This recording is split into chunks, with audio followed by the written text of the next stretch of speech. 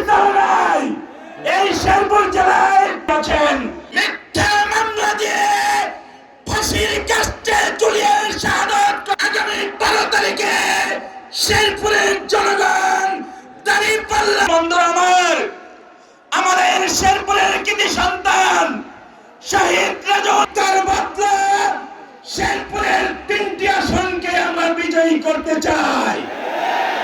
ঢাকায় থাকি, ঢাকাতে মানুষ আমাদেরকে প্রশ্ন করে, যদি আমরা বলি, মাকে বলে ভাই কোন শেরপুর, বগুড়া শেরপুর নাকি জামালপুর শেরপুর, ভাই বলে কিনা।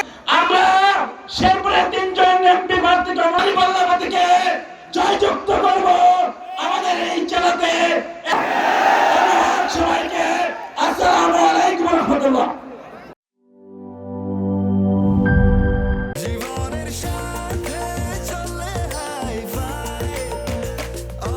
স্বাস্থ্যকর অল টাইম, সব সময় অল টাইম হেলদি লাইফ।